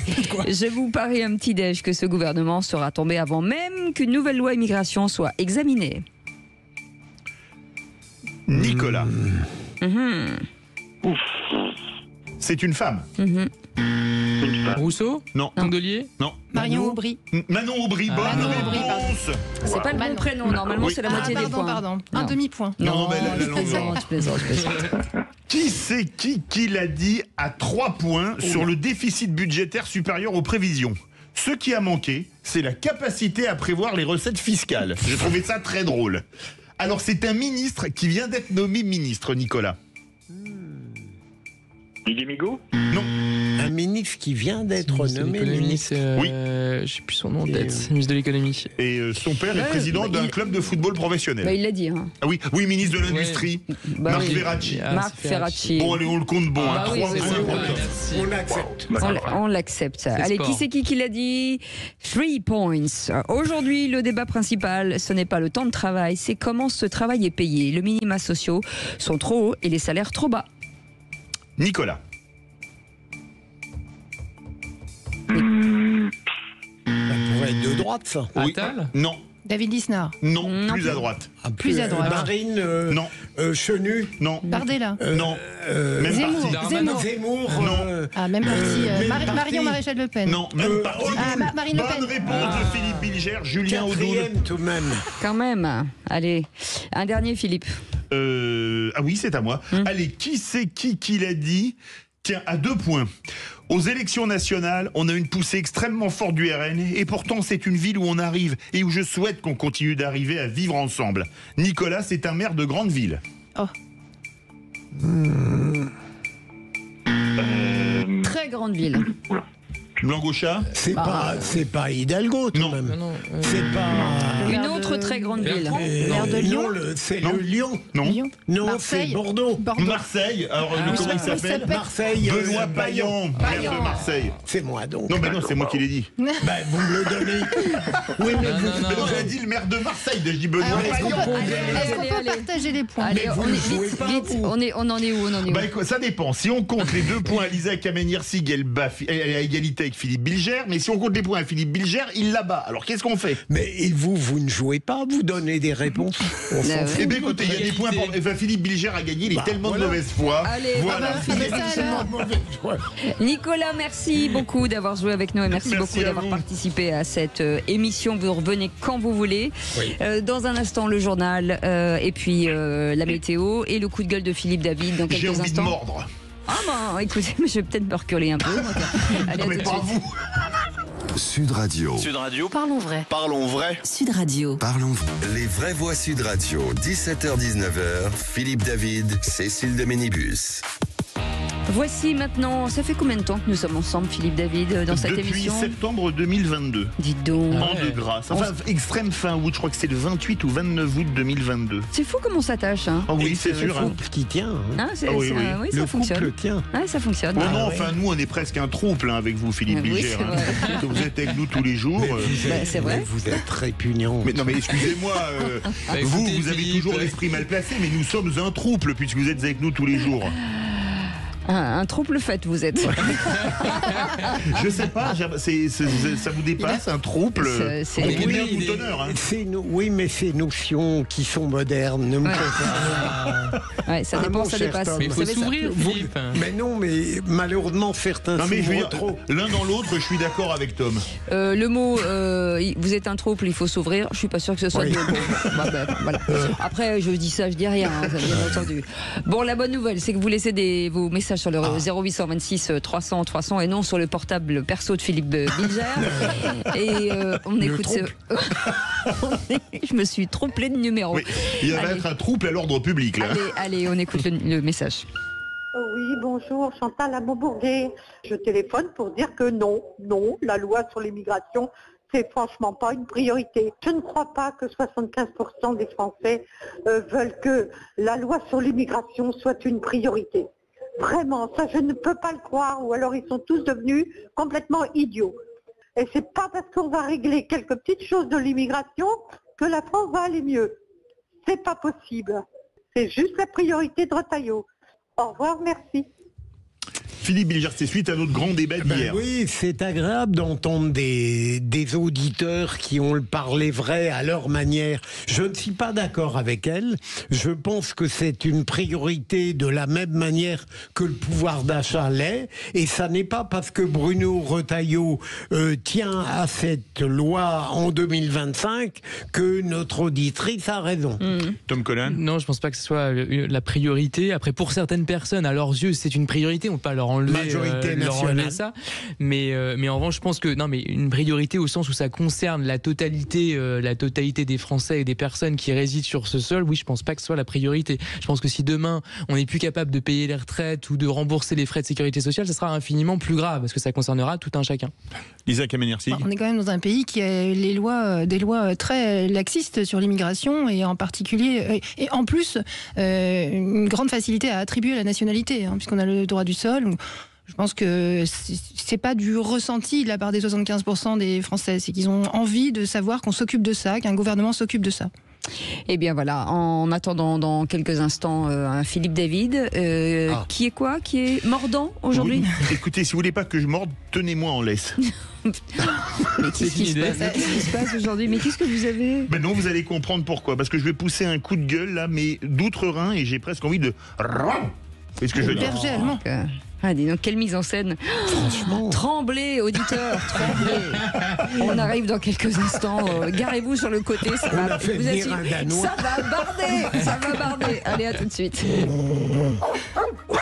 Sud Radio. Parlons vrai. Sud Radio. Parlons vrai. Sud Radio. Parlons vrai. Les vraies voix Sud Radio. 17h-19h. Philippe David, Cécile de Ménibus. Chers amis, bienvenue dans Les Vraies Voix avec nos auditeurs, pas nos auditeurs, ils sont pas auditeurs, ils sont chroniqueurs aujourd'hui avec Tom Conan, Lisa Kameniersik et Philippe Bilger, pardon. Et attention, ça va mordre. Ne confondons pas. Non, ne confondons pas. Il y en a un qui est très calme et il y en a un qui a envie de mordre. Ah oui. Les Vraies Voix Sud Radio. Comme d'habitude, je vais remettre le clocher au milieu du village pour un coup de gueule, ou plutôt que de gueuler, j'aurai envie de mordre. Vous allez comprendre pourquoi. Depuis hier, certains médias français nous vantent un impôt qui accourt outre-Rhin en nous expliquant qu'il n'a jamais rapporté autant aux communes allemandes, c'est-à-dire 421 millions d'euros. Quel est cet impôt ? Accrochez-vous bien. Un impôt sur les chiens. Vous avez compris le message subliminal. Nous avons beaucoup de chance en France de ne pas avoir d'impôt sur les chiens. Et comme il faut trouver de l'argent et qu'il va falloir augmenter les impôts ou en trouver de nouveaux, pourquoi pas, une fois de plus, prendre l'Allemagne pour modèle, le fameux modèle allemand, et créer un nouvel impôt sur nos amis à quatre pattes. Vous connaissez tous le fameux concours Lépine qui a lieu tous les ans à la foire de Paris. Pour l'édition 2025, il va falloir inclure la meilleure idée pour un nouvel impôt, alors que nous sommes le pays le plus taxé au monde. Et cet impôt me rend fou furieux, parce que pour certaines personnes isolées, le chien est leur seul compagnon de vie. Parmi ces personnes, il y a des retraités, avec parfois des petites retraites, qui n'auront pas d'autre choix que d'abandonner leur chien. Et si on taxe les chiens, pourquoi pas les chats, les poissons rouges, les hamsters, les oiseaux. Les maris. On répondra qu'ils ne prennent pas la voie publique et ne laissent pas de déjection, mais vu comme ça, je préfère qu'on multiplie par 10 les amendes de maîtres qui ne ramassent pas les déjections de leurs chiens, plutôt que de créer ces nouveaux impôts. Comme disait Clémenceau, la France est un pays très fécond, on y plante des fonctionnaires et il y pousse des impôts. Je ne savais pas que vous étiez si sensible aux chiens, à la vie de chien, à tout ça. Non mais Philippe, c'est très récent. Depuis Sophie, bien sûr. Depuis. Mais vous prenez tout d'elle, quoi. Parce que j'ai adopté un chien et je suis tombé fan de ce chien. Non, mais c'est vrai que moi ça m'avait frappé aussi. J'étais tombé sur cette information. C'est fascinant et en même temps c'est un peu pathétique parce que on se dit quand même qu'il y a, enfin les sources de richesse sont quand même vraiment pas là. On va vraiment ça s'apparente à faire les poches des gens. Hein. Enfin, mais c'est ça. Il y a pas d'autre mot. Oui, sans compter ce que ça coûte d'avoir un animal. Oui, déjà. Tout à fait. Je suis bien d'accord avec vous. Mais au-delà de ça, voilà. Encore une fois, on sait très bien où les sources de richesse se trouvent. Il y a certaines entreprises ou certaines grandes fortunes qui ont accumulé des sommes très importantes ces dernières années. Alors, grâce aux chiens non, pas grâce aux chiens. mais voilà, il s'agit quand même grâce aux chiens renifleurs. Combien même ça suffirait pas, il s'agit quand même d'annoncer des réformes qui iraient dans ce sens-là pour éventuellement ensuite faire passer la pilule de ce type de réglementation, même si j'y suis parfaitement hostile. Il y a un très bon article de mon ami Samuel Fitoussi dans le Figaro d'aujourd'hui sur les impôts auxquels on n'a pas encore pensé. Alors il y a la TVA sur la TVA, l'impôt pour les parents. Excusez-moi, la TVA sur l'impôt, ça existe déjà sur les carburants. Hein. L'impôt pour les parents dont les enfants ont plus de 11 de moyenne à l'école, la taxe sur l'argent de poche, le péage pour les piétons. Jamais eu. Le rétablissement de la peine de mort parce que ça coûtera moins cher dans les prisons, la taxe pour les piétons, voilà. Et c'est très drôle. Voilà, c'est Samuel Fitoussi, il est toujours très drôle. Cet article est particulièrement savoureux. Moi, j'ai peur qu'on fasse un impôt sur les coups de gueule. Non, oui, mais en tout cas, moi, ce qui me désole, c'est que forcément, c'est l'abandon qui va me désoler si toutefois ça arrivait. Parce un impôt sur l'esprit des vrais bois. Il serait léger. Ouais. Ça dépend sur qui. Ça dépend sur qui. Allez, tout de suite, le tour de table de l'actu des vrais bois. Oh, dites, je vais envoyer les actualités. Vous venez les voir dans la cabine? Je vais vous raconter une histoire pas banale. Et vous me racontez pas votre petite journée? On a assez perdu de temps comme ça. Le tour de table de l'actualité. Et Philippe Bilger, selon le ministre Lecornu, quand on n'a rien à dire, c'est bien de se taire, c'est digne d'Audiard. Alors il parle peu, le ministre Lecornu, c'est un des ministres préférés d'Emmanuel Macron parce qu'il est très fidèle, il a organisé le grand débat et en effet il a eu cette phrase d'une profondeur absolue, quand on n'a rien à dire, c'est bien de se taire, et une phrase plus intéressante, il a dit il vaut mieux communiquer après l'action qu'avant l'action. Et je crois qu'il a raison de mettre en garde certains de ses collègues, puisqu'en réalité, beaucoup de ministres, comme ils ne feront rien, préfèrent annoncer l'inexistence de l'action avant, comme ça, ils donnent l'impression d'avoir accompli quelque chose. Donc, le ministre Lecornu a eu raison de proférer ces deux phrases qui ne vont pas bouleverser le climat intellectuel, mais elles sont importantes tout de même. Non mais vous avez raison, effectivement, c'est l'action qui crée l'information et non pas l'information qui crée l'action. Vous avez compris la phrase de Lecornu, mon cher. Mais voilà, il y a aussi une autre phrase que j'aime bien, c'est le coût du retard est supérieur au coût de l'erreur. C'est-à-dire qu'il vaut mieux aller vite en se trompant un peu que de passer des plombes à trouver la solution parfaite et la trouver ensuite trop tard. Ce qui peut être le cas éventuellement pour le déficit, par exemple. C'est de qui cette pensée? C'est de moi-même. Bravo. Elle est présente partout. Hein, c'est bien de vous l'accorder. C'est le contraire d'un principe suisse qui dit qu'on va dans la même direction que les autres, mais on y va moins vite, donc c'est moins grave. En fait. J'adore. Mais en fait, il s'est inspiré d'un film, ça m'est revenu en y parlant, un film de 75. En en parlant. C'est pas parce qu'on n'a rien à dire qu'il faut fermer sa gueule. C'était un film avec Bernard Blier. Ça m'est revenu, j'avais oublié. Vous avez raison. Alors, je sais pas, le film, non, c'est Jacques Bénard. C'est ça, Jacques Bénard, oui. pas bien. C'est mon banquier, il s'appelle Jacques Bénard, c'est marrant. C'est bien. Il y a Bernard Blier, Jean Lefebvre, Michel Serrault et Tsila Shelton. C'est pas Jean-Yann. Non. Ouais. Et puis, le coup de projecteur des vraies voix de notre Lisa. Lisa. Alors, moi, je fais les courses au Leclerc hier, et quand je m'installe dans ma voiture, je mets la radio. Et vous écoutez Sud Radio, évidemment. Et j'écoute, je ne sais plus trop, c'est mes fils qui dérèglent la radio. Donc je ne sais plus trop ce que j'écoute, mais j'entends une jeune femme m'expliquer qu'elle est dans une réunion et que ses amis sont assis, croisent les jambes, ça va pas du tout, ils bougent pas, et que tout ça, ça lui fait penser aux Jeux Olympiques pendant lesquels on bougeait, que c'était si bien de faire du sport, et que elle va proposer à ses collègues de faire 1 minute de gym tous les jours, etc., etc. Et qu'elle le fait, et que c'est formidable, et tout ça est ponctué par ceci est un message du gouvernement. Allez sur mangerbouger.fr. Alors évidemment, moi j'ai ça à midi, à 13h j'ai isolé votre maison avec je sais pas quoi, la prime rénovation, à 14h j'ai la sécurité routière, enfin bref, on veut faire mon bonheur, voilà, l'ADEME aussi, enfin tout le monde communique. Alors moi j'ai un petit peu l'impression de vivre dans un monde orwellien où il y a des tels écrans qui observent que voilà, j'ai pas fait de sport, et moi ça me donne envie de faire exactement l'inverse. C'est-à-dire de rouler à toute blinde, de rentrer chez moi... En fumant des clopes. Exactement, des clopes dans le meilleur des cas, de me mettre devant la télé avec un gros burger et de regarder des courses de bagnole en rotant ma bière. Je vous jure que ça me rend dingo. J'ai l'impression qu'on me prend pour une gamine de 5 ans, et c'est un hygiénisme d'État qui me dérange beaucoup, et d'autant que c'est fait avec mon argent. Parce que tout ça, c'est pas gratuit. Alors j'ai cherché quel était le montant, le coût que ça représentait pour l'État, toutes ces campagnes de communication qui sont très nombreuses. Si on regarde toutes les communications du gouvernement à la télévision, à la radio, les affichages dans la presse, etc., je pense que ça représente des montants assez fous, mais c'est très difficile de les trouver. Je ne les ai pas trouvés. Donc voilà, ça m'énerve à double titre. La première, c'est qu'on nous prend pour des enfants, et la deuxième, c'est que ça nous coûte très cher. Alors, allez-y, mais je m'opposerai à quelque chose sur ça. Mais je trouve que ce que vient de dire Lisa est très juste, mais je le prolongerai.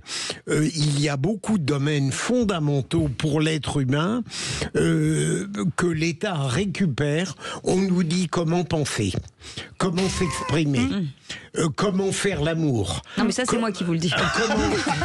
Comment ne pas être triste. Vous lui dites quoi? Comment être volontaire, comment mourir. Non, mais comment pas grossir. C'est hallucinant. Moi, je suis pas du tout d'accord avec ça. On nous prive de notre humanité. Je suis très attaché à la liberté, mais je suis assez hostile à ce que vous avez dit, même si je comprends très bien la logique, parce que je pense que la prévention dans un tas de domaines dont vous avez parlé est très importante. L'obésité, les accidents de la route, qui peuvent être souvent se terminer de manière fatale. D'autres exemples dont vous avez pu parler, de l'addiction, je sais pas, aux écrans, à la cigarette. Mon père est mort d'un excès de cigarette. Donc voilà, moi je pense que la prévention c'est important, et effectivement parfois ça peut être attentatoire en effet à certaines libertés. On n'est pas obligé de faire tout ce qu'on nous dit, mais c'est pas mal, notamment pour des personnes un peu vulnérables ou qui ne sont pas forcément tout à fait au courant de ce qu'elles font. Vous avez raison, c'est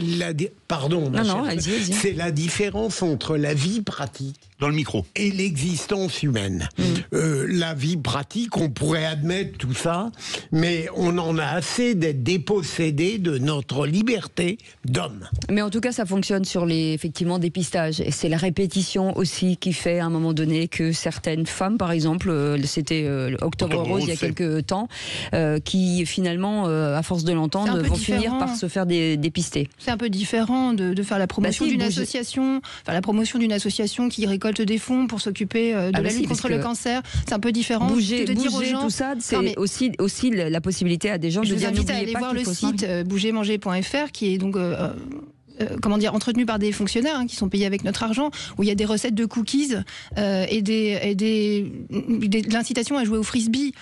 Ça va loin quand même. C'est-à-dire qu'on paye des gens pour faire ça. Si vous ne le faites pas, on vous reprochera de ne pas le faire. Ah bah oui, mais ça c'est mon problème. À la rigueur, si j'étais ministre, ce serait à moi de me défendre de ne pas le faire. Voilà, c'est ça. En l'occurrence, on me demande pas mon avis, on prend mon argent et on le fait. Moi, je suis pas d'accord. Je trouve que c'est bien de le faire avec votre argent, mais pas avec le mien.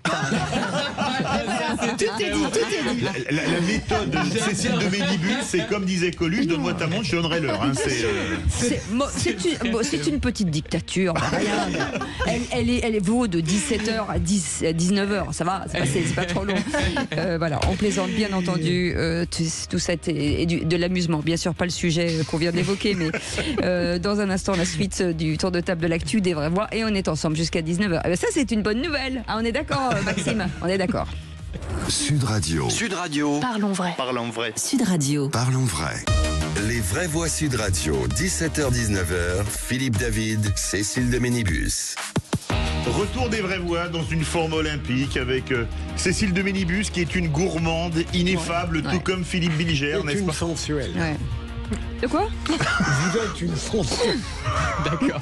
Mais une gourmande, non mais pour moi, excusez-moi. Est-ce que quelqu'un a mis quelque chose de particulier dans ce studio aujourd'hui? Je sais pas. J'ai vu une boîte avec des trucs bleus sur le bureau où travaille Philippe Bilger.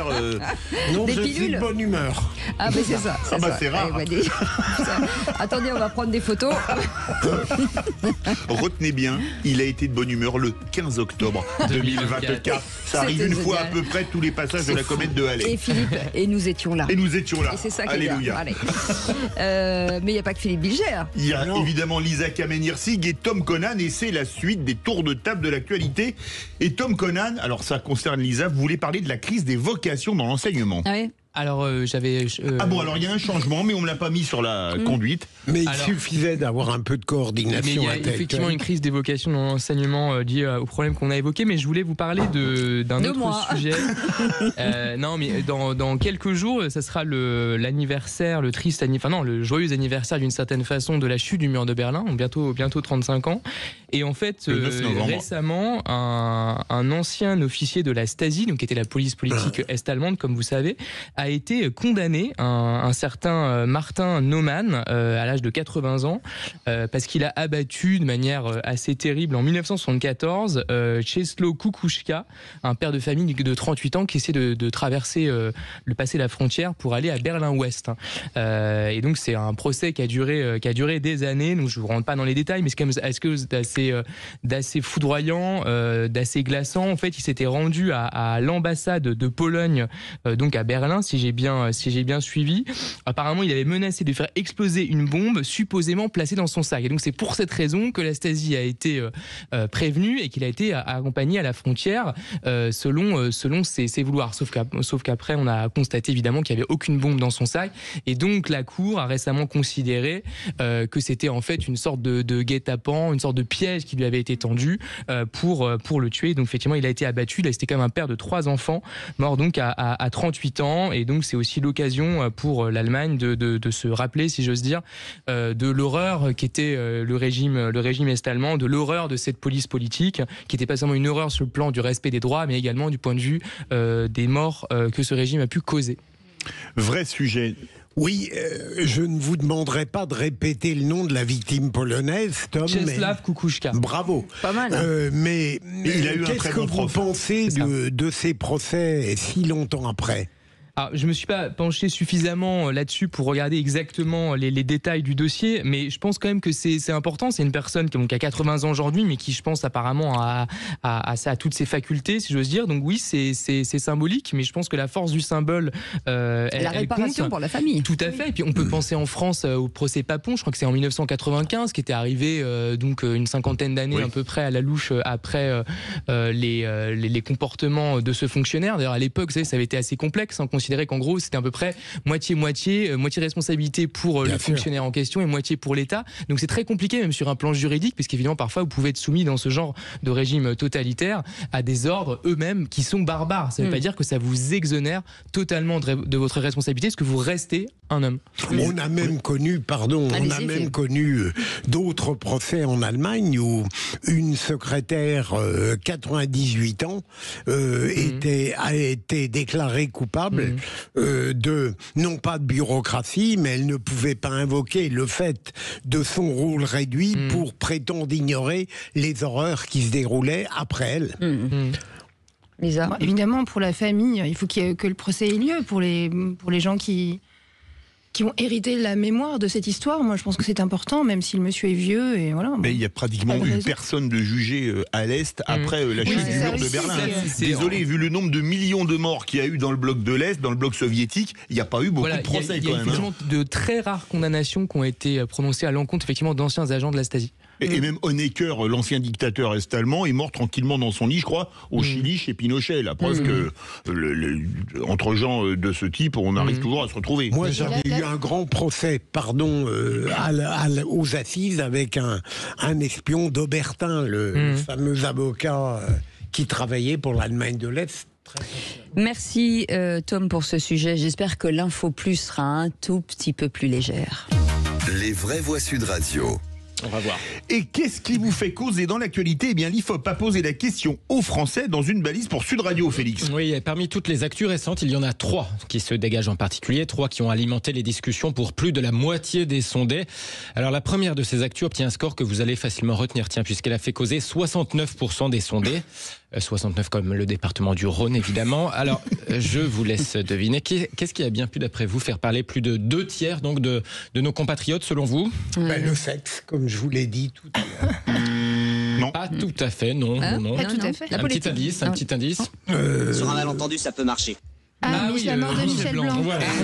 Des sujets comme ça. 69% des sondés disent avoir discuté avec leurs proches de la disparition de Michel Blanc. On a des choses beaucoup plus graves quand même ensuite. En deuxième place des sujets les plus discutés avec 53%, le procès des viols de Mazan, suivi de près à 52% par une autre actu particulièrement dramatique, l'assassinat d'un chauffeur VTC à Marseille par un tueur à gages de 14 ans, les faits divers et puis l'international aussi ensuite, avec on trouve par exemple ce sujet des bombardements de l'armée israélienne au Liban qui ont fait parler 45% des sondés, puis à 41% l'ouragan Milton en Floride. Alors, je vous donne la suite en vrac et sans transition, comme dirait l'autre. L'élection américaine à 37%, les déclarations d'Emmanuel Macron sur les arrêts de livraison d'armes à 34%, les commémorations du 7 octobre à 31%. Et puis tiens, notez pour finir qu'Olivier Faure a battu Antoine Griezmann dans ce sondage. Je sais que ça peut paraître étonnant, dit comme ça, mais 31% des sondés ont parlé de la motion de censure, vous savez, de la gauche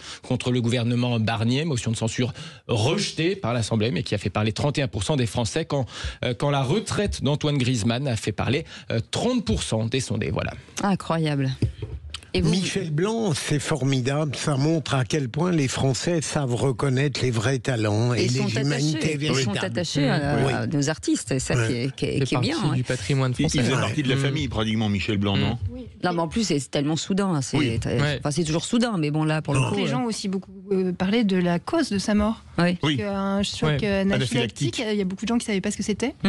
Et pourtant, alors moi je travaille avec des enfants. Il y a plein de gens qui ne savent toujours pas ce que c'est, parce que c'est quand même un terme... choc lié à une allergie. Et ça peut être très très grave, et ça peut aller donc jusqu'à la mort. Et moi qui travaille avec des enfants, je vois qu'il y a de plus en plus d'enfants qui sont allergiques dans les classes. C'est très rare qu'on n'ait pas 3-4 élèves allergiques à des choses comme le gluten communes. Oui, les noix, les œufs, le lait. Et ça peut provoquer des chocs comme ça. Donc c'est aussi peut-être la cause de sa mort qui a fait parler. D'où l'importance de la prévention. Enfin, on oui, en tout cas, ça y est, il l'a replacé. Voilà, ça c'est malin. Allez, vous restez avec nous. On fait une petite pause, une nouvelle pause. On est ensemble jusqu'à 19h. Le coup de projecteur des vraies voix dans quelques instants, avec la colère qui gronde chez les agriculteurs. Un panneau de ville inversé, manifestation à venir, notamment en Haute-Garonne, c'est demain. Leurs revendications seront-elles enfin entendues ? Alors parlons vrai. A-t-on mis la poussière sous le tapis après la crise de l'hiver dernier ? Pensez-vous que les agriculteurs vont redescendre dans la rue ? Et à cette question, face à l'Europe, peut-on résoudre la crise agricole en France ? Vous dites non à 72%. Vous êtes agriculteur. Vous vivez encore la crise agricole près d'un an après. Aude attend vos appels au 0826 300 300. Et notre invité, Jean-François Lamassé, est avec nous, administrateur de l'AGBP, Association Générale de Producteurs du Blé Français et ancien président de la FDSEA. Bon, je vais y arriver, 31. Bon, en tout cas, vous rectifierez, Jean-François Lamassé. Petite question avant de partir en pub. Est-ce que vous faites confiance à Annie Genevard, votre ministre de tutelle ? Pour l'instant, non, pas du tout. Allez, on en parle dans un instant. À tout de suite. Sud Radio, c'est vous qui donnez le ton. Pourquoi est-ce que vous aimez Sud Radio, Yamina ? Parce qu'il y a une liberté de ton, parce qu'on donne la parole à ceux qui n'ont pas l'habitude de la prendre, puis à toutes les opinions qui s'expriment. Sud Radio, parlons vrai. Les vraies voix Sud Radio, 17h-19h, Philippe David, Cécile de Ménibus. On vous souhaite la bienvenue, c'est les vraies voix jusqu'à 19h et on est ravis de vous accueillir. En tout cas, autour de cette table, Philippe Bilger, Tom Conan, Lisa Kamen-Hirsig, enseignante et chroniqueuse. Je vous rappelle son livre, La Grande Garderie, publié chez Albin Michel, et Tom Conan aussi. Capital Rose. Capital Ouais, Rose, voilà. Chez Albin Michel aussi, comme quoi. Ils ont besoin de talent, comme nous. C'est vrai. Allez, Albin Michel, c'est excellent. Allez, tout de suite, coup de projecteur des vraies voix. C'est bien de me le dire, merci. Avec plaisir. Les vraies voix Sud Radio, le coup de projecteur des vraies voix. À un moment donné, il faut faire péter la cocotte minute parce que sinon, les agriculteurs ne vont pas s'en relever. Il n'y a pas de menace, il y a une forme de cri de détresse, il y a une alarme qui est activée. Nos agriculteurs n'arrivent plus à vivre dignement de leur travail. On leur impose de mettre 4% de leurs terres en jachère, alors que l'Ukraine nous importe des denrées dans des proportions que nous n'avons jamais vues. Si on veut être les plus beaux du monde, les plus verts du monde, et qu'on apporte notre nourriture de l'étranger, ça n'aura absolument aucun intérêt. Et c'est au président de la République de le faire, parce que le ministre, depuis des mois, se débat avec cette mesure, sans résultat. Et donc les jeunes agriculteurs repartent à l'offensive un peu partout en France. Des manifestations prévues par exemple demain dans toute la Haute-Garonne et ils estiment que leur situation continue de s'aggraver malgré les promesses de l'hiver dernier. Alors parlons vrai, est-ce que nos agriculteurs sont sacrifiés sur l'autel de la mondialisation? Est-ce que vous vous sentez proche d'eux? Vous êtes agriculteurs, vous êtes scandalisés par les conditions de vie de nos agriculteurs? Aude attend vos appels au 0826 300 300. Il y a cette question. Face à l'Europe, peut-on résoudre la crise agricole en France? Vous dites non à 72%. Et notre invité Jean-François Lamassé est avec nous, administrateur de l'AGPB, qui est l'Association Générale des Producteurs de Blé Français et ancien président de la FDSEA 31. Merci d'avoir accepté notre invitation, Jean-François Lamassé. Philippe Bilger, encore cette crise qui continue, elle ne s'est jamais arrêtée, des agriculteurs. Absolument. Sur Sud Radio, on défend la cause des agriculteurs et moi-même, par ascendance paternelle, je comprends très bien ce qu'est la vie d'un paysan. Je préfère dire paysan agriculture qui a un petit parfum moderniste, mais il faut bien voir, et je parle sous le contrôle du président, on a eu l'impression au début que la cause des agriculteurs était complètement comprise, ensuite que des mesures étaient prises, et puis on a eu clairement le sentiment qu'à un moment donné ça s'arrêtait, que les promesses, l'ensemble des promesses n'étaient pas tenues, et donc ça explique pourquoi aujourd'hui les paysans, les agriculteurs recommencent leur fronde et elle est totalement légitime. Tom Conan. Oui, je pense qu'effectivement c'est une vraie question. Moi, c'est étonnant parce que je relis souvent Sérotonine, vous savez, ce livre de Michel Houellebecq il y a quelques années où il parle vraiment de ça et il rentre dans les vraies conditions de vie de ces personnes-là, les conditions fiscales, réglementaires, l'environnement concurrentiel aussi qui est très difficile à supporter pour eux. Donc je pense malheureusement c'est un problème malgré les exigences de la politique agricole commune qui a été au cœur de la fondation de l'Europe, qui aujourd'hui est le deuxième budget européen, finalement n'arrive pas à inverser cette tendance mortifère. Lisa Kamen-Hirsig. 15 heures par semaine de remplissage de documents administratifs en moyenne pour les agriculteurs français. C'est complètement fou. C'est hallucinant. Alors moi, je suis petite fille d'agriculteur et je préfère aussi dire paysan. Je suis petite fille de paysan suisse. Et dans mon autre pays, il y a au Parlement un député sur 6 qui est un paysan. Et on dit des paysans aussi, on ne dit pas des agriculteurs. Et donc, c'est pour dire qu'en France, peut-être que la classe politique est un tout petit peu déconnectée de la vie des vrais gens. Alors, il n'y a pas que les agriculteurs, mais en l'occurrence, dans d'autres pays, ces gens-là sont peut-être davantage représentés dans les institutions. En France, ils n'ont finalement pas beaucoup de moyens de se faire entendre, autre que de bloquer les routes, de manifester. Donc, peut-être qu'il faudrait qu'il y ait plus de représentation dans les institutions. La plupart des députés sont issus des catégories socio-professionnelles supérieures, des intellectuels, etc. On se dit toujours qu'on a tous quelque part un agriculteur ou un paysan dans notre vie, dans notre famille. Dans nos proches. Jean-François Lamassé, alors quelle est la crise? On l'a vu dans le département natal de Cécile de Ménibus, ils ont manifesté à Chartres hier. Dans la Drôme, ils retournent à nouveau les panneaux des communes. Et vous êtes dans la Haute-Garonne. Demain, on risque un vrai blocus de Toulouse et de l'agglomération. Quels sont les problèmes dont les agriculteurs se plaignent aujourd'hui? Non, mais ce qui est étonnant, c'est de dire qu'est-ce qui s'est passé depuis ce grand discours de Gabriel Attal. C'est ça. Sur une botte de paille. Parce que vous vous rappelez, à l'époque, vous m'avez invité. Oui. Et je vous avais dit, Saint-Gabriel est arrivé. Voilà, et Saint-Gabriel est reparti.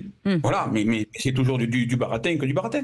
Voilà, on en est là. Aujourd'hui, vous voyez, moi ce soir, j'ai commandé encore du GNR. C'est vrai. Alors c'est du gazole non routier, c'est le gazole au prix des agriculteurs. Voilà.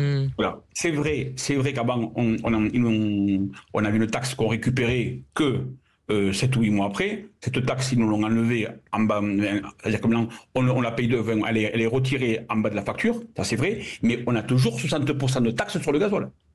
C'est un des premiers problèmes et c'est un facteur commun à tous les paysans de France et de Navarre. Le gazole. Ça, c'est une première chose. Mais après, c'est tout le reste. Aujourd'hui, on nous interdit. Je vais vous donner un exemple très simple. Aujourd'hui, en France, on produit de la chicorée. Oui. Le matin, au déjeuner, bon, il y a une demande sur cette chicorée. D'accord, voilà. Donc aujourd'hui, on nous interdit certaines molécules pour désherber la chicorée. Et bien sûr, on va arrêter de produire de la chicorée en France. Voilà, tout simple que ça. Et derrière, qu'est-ce qui va se passer? La chicorée va arriver d'Asie. Et vous allez dire, vous, aux Chinois ou aux Indiens, vous ne le traitez pas? C'est pour ça que le problème est là. Et c'est pareil, et je vais vous dire, on avait la grande image de la France avec le blé. Le blé. S'il ne se passe rien, d'ici 2 ans, la France ne produira plus qu'un tiers de sa production de blé. Alors, on doit plus de 3 000 milliards, je ne sais pas avec quoi on va faire du business. Monsieur le Président, comme votre approche est très pessimiste et sans doute justifiée, est-ce que depuis la fronde initiale des paysans, des agriculteurs, il y a quelque chose qui s'est amélioré, des promesses tenues ou aucune? Si, il y a une chose qui a été faite pour les éleveurs, c'est par rapport à la MHE. Ils se sont un petit peu bougés. La maladie hémorragique qui a frappé les bovins. C'est ça. Pour faire simple, pour que tout le monde comprenne, c'est la fièvre des bovins. Ça, ils l'ont fait, et après, plus rien. Mais quand je dis plus rien. C'est-à-dire qu'on devait revoir le plan phyto, et l'ancien ministre de l'Environnement, qui est toujours Madame Raché-Punachier. Pas du rien, absolument. Pas Punachier, exactement. Elle avait donné ordre, on l'a su après, à tous les préfets, surtout de ne pas en parler et qu'on n'y toucherait pas. Donc, à un moment donné, la question, elle est très simple aujourd'hui. Est-ce qu'on veut encore des agriculteurs en France, oui ou non? Je crois que oui. Je crois que oui. Oui, mais tout le monde croit que oui, mais ils font tout l'inverse. Moi, je pense aux jeunes qui arrivent. Moi, j'ai 54 ans. Il me reste 10 ans à tirer avant la retraite, plus ou moins à travailler. Et encore, je ne suis pas sûr d'y arriver. Vous voyez? Alors que je suis presque pas au sorti du tunnel, mais pas loin. Voilà. J'imagine tous les jeunes qui arrivent derrière, qui ont des investissements par-dessus la tête, comment ils vont faire pour vivre? Parce qu'en plus, un truc dont personne ne parle, c'est que tous, les agriculteurs, on n'est pas 35 heures semaine. On fait des 60-70 heures semaine pour essayer de survivre sur les exploitations. Aujourd'hui, on avait toujours l'exemple du Nord, parce que c'était les gros producteurs, même eux sont dans la panasse. Je rappelle les chiffres quand même, ce qui est important, 100 000 exploitations agricoles de moins en 10 ans, ce qui est juste énorme. Et puis le nombre de suicides aussi d'agriculteurs qui intervient, c'est absolument terrible, il faut toujours le rappeler. Mais monsieur, évidemment, et c'est très émouvant, ce qu'il nous dit, ça tombe sous le sens, j'ai envie de dire aussi. Surtout qu'on pense aux nombreux suicides chez les agriculteurs quand même. Bien sûr, mais je dirais que stratégiquement, il y a 2 manières d'en sortir. Soit on en sort... dire que c'était une filière nourricière, vraiment. Donc, mais il y a 2 manières d'en sortir. Soit, effectivement, en faisant sauter des réglementations, mais ce qui peut évidemment porter atteinte aux objectifs de développement durable, ce qui me semble pas souhaitable dans le principe, évidemment, sauf quand c'est éventuellement pas fondé ou quand c'est excessif, etc., bien sûr. Mais l'autre méthode, c'est de sortir vers le haut et donc d'imposer des règles, éventuellement aux frontières de l'Europe, pas par protectionnisme national, mais aux frontières de l'Europe, pour faire en sorte qu'il n'y ait plus de concurrence déloyale, ce qui est dénoncé depuis des années, des décennies en la matière, mais ce qui n'est pas vraiment concret, puisque si on effectivement peut retrouver sur les étals des produits qui viennent effectivement d'exploitations qui ne respectent pas ces normes-là, c'est totalement absurde, c'est insupportable pour nos agriculteurs. Jean-François Lamassé, est-ce que même au sein de l'Union européenne, vous subissez de la concurrence de toute façon? Il y a déjà un problème au niveau de l'Union européenne. Ah oui. C'est déjà chez nous. C'est-à-dire que traverser les Pyrénées, ils utilisent des produits que nous, on n'utilise pas. Mais oui. Les Espagnols, on n'utilise pas. C'est une première chose. Quand vous avez du blé qui arrive d'Ukraine, que Mme van der Leyen détaxe, parce que les agriculteurs aujourd'hui, on n'est qu'une chose, on est une monnaie d'échange. C'est tout. Ça s'arrête là. Et quand elle détaxe du blé qui arrive à 140, 150 € tonne, Nous, à 180, on pleure. Mais ça nous vous manque dit- de l'argent pour vivre. Encore une fois, il faut que Ça peut pas l'État cesse de donner d'une main ce qu'il reprend de l'autre. C'est-à-dire qu'on vous donne des subventions d'un côté, de l'autre on vous taxe. On fausse complètement la concurrence. On ne peut pas parler de protectionnisme en l'occurrence quand la concurrence est faussée. C'est pas du protectionnisme, ce serait juste Non, il en faudrait, un je dis, marché. aux frontières de l'Europe. Oui, c'est ça. Aux Un frontières de l'Europe. marché doit être libre et la liberté de marché, c'est forcément une concurrence claire, loyale, transparente. Allez, Jean-François Lamassé, il voulait répondre. Pardon. les amis. Gabriel Attal nous a dit comme ça, je vais mettre 400 millions sur la table. Bon, très bien. Ils nous ont piqué 600 millions d'éco-régimes. C'est des subventions qu'on avait parce qu'on était en plein dans le cadre agro-environnemental. Voilà, on a fait tous des efforts. Donc voilà, là-dessus, ils nous ont enlevé plus de la moitié. Mais Donc aujourd'hui, il nous dit qu'il nous donne 400 millions, il nous en a piqué 600. C'est ce que dit Lisa. Ce que vous demandez, c'est de travailler, c'est pas de recevoir des subventions. Si je comprends bien, vous demandez. C'est vivre notre métier. Oui, c'est ça. Mais on peut pas dire qu'il faut plus de concurrence. Que le problème justement, c'est que là il y a trop de concurrence, il y a un excès de concurrence. Non, c'est une concurrence déloyale. Oui, mais c'est une concurrence déloyale parce qu'il n'y a pas d'harmonisation européenne. Je pense que c'est ça qu'il faut pousser. C'est invraisemblable qu'il y ait à la fois une politique agricole commune massive qui existe depuis 70 ans, mais par contre qu'il n'y ait pas d'harmonisation européenne en la matière. Non, mais le truc de dire qu'on fait rentrer chez nous des prix qui sont bien en dessous de ce qu'on est capable de vendre, c'est une hérésie. Mais surtout, en utilisant des produits que nos agriculteurs ont strictement l'interdiction d'utiliser, Jean-François Lamassé. Ça, c'est vraiment de la concurrence déloyale. Je vais vous raconter encore mieux que ça. Madame Merkel, avec Madame van der Leyen, font rentrer en Europe, et en plus en France, des bovins nourris avec de la farine animale. En échange, l'Argentine nous achète des Audi et des Volkswagen. Voilà. Et nous, ça fait 25 ans que l'histoire de la vache folle est sortie. Il n'y a plus une vache nourrie en France avec de la farine animale. Ça a été interdit en 96, absolument. C'est un problème, outre le problème des agriculteurs. Ça, c'est pas dans l'autre. Outre le problème des agriculteurs. Un problème en interne au niveau de l'Europe. Et bien sûr, M. Macron a signé le Mercosur. Vous vous rappelez, à l'époque, le grand scandale qu'il y a eu au sein de l'agriculture. Oui, il était d'accord avec nous. 2 jours après, il a signé. Parce qu'il est tenu par Mme van der Leyen. Mais Jean-François Lamassé, pardon, Philippe, c'est donc aussi un problème de santé publique. Parce que ça veut dire qu'on mange des choses qui normalement sortent de la réglementation. Mais plus simple que ça. Tous les matins, je suppose que vous déjeunez tous, prenez des gâteaux, regardez. Souvent avec de la farine de maïs, avec des OGM. Chez nous en France, c'est interdit. L'autre côté des Pyrénées, ils font des OGM. Ils font des OGM partout. Et nous, on ne peut pas en produire. Et en plus, ça nous rendrait service, parce que les OGM, pour l'instant, ça n'a pas encore été prouvé que c'est cancérigène. Donc, on a non seulement un problème européen, on a le lobby écologiste qui nous tombe dessus pour un oui, pour un non, même des fois, des gens qui ne connaissent même pas les problèmes. Ça devient impossible. Mais vous avez parlé du Mercosur. Alors c'est l'accord avec les pays latino-américains, Brésil, Argentine, Paraguay, Uruguay de mémoire. C'est pas encore signé, mais certains disent que ça devrait être signé. Est-ce que ça, notamment pour les producteurs bovins, c'est vraiment déterrer la hache de guerre? Mais bien sûr, mais vous comprenez très bien qu'avec les taxes et les normes qu'on a en France, on ne peut pas s'aligner avec ces gens-là. C'est que, je vais vous dire, vous avez deux voitures italiennes, vous avez une Fiat 500 et une Ferrari. Laquelle va gagner la course? On le sait tous avant de commencer. Aujourd'hui, on en est là. On produit en France, on a des produits d'exception. On est le numéro 1 mondial de la qualité de produits agricoles, voilà, et alimentaires. Et on se retrouve plus pénalisé que des produits qui arrivent de je ne sais où. Il faut manger n'importe quoi. Tout à l'heure, pour reprendre ce que disait votre collègue, M. Conan, là, je vais vous dire très, très simple. Au niveau de l'Europe, on nous a emmerdé avec les normes environnementales. Il fallait faire du HVE, haute valeur environnementale. Oui. Bon. Vous avez une orge française, HVE, d'accord? On va dire, elle est à l'époque, elle se bladait cette année de dollars entre 170 et 180 euros. Vous avez une orge non HVE qui vient d'ailleurs à 150 euros. Où pensez-vous que le volailler espagnol achète l'orge?